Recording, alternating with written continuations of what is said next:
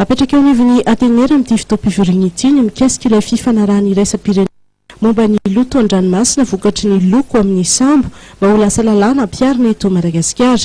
Miteraka vokadratsy maro tokoa mantsy ny loto ateraky ny karazana loko sasany atao amin'ireny sambo ireny. Ampiasana an'ilay peinture anti-salissure no anti-foligna dia anakana an'ilay lomotra sy akorandrika tsy iraikitra amin'ilay sambo zany.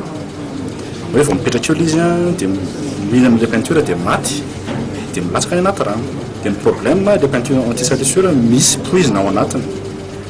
Donc rehefa miraikitra eo zany ilay coquillage iny ka milatsaka dia iny mbola tavela ao anatiny iny poizina iny dia iny coquillage iny fa avy eo hohanina trondro hafa na hohanina crevette dia nisy recherche nataon'ilay zany hoe tsapa fa misy composé avy any anatin'ilay loko anti-salissure no hita any anaty sakafo azo an-dranomasina izay hoan'ny olombelona ary mety manana effet ratsy izy mety misy aminazy tsy izy rehetra misy manana effet cancérigène na ohatrany à moyen ou à long terme.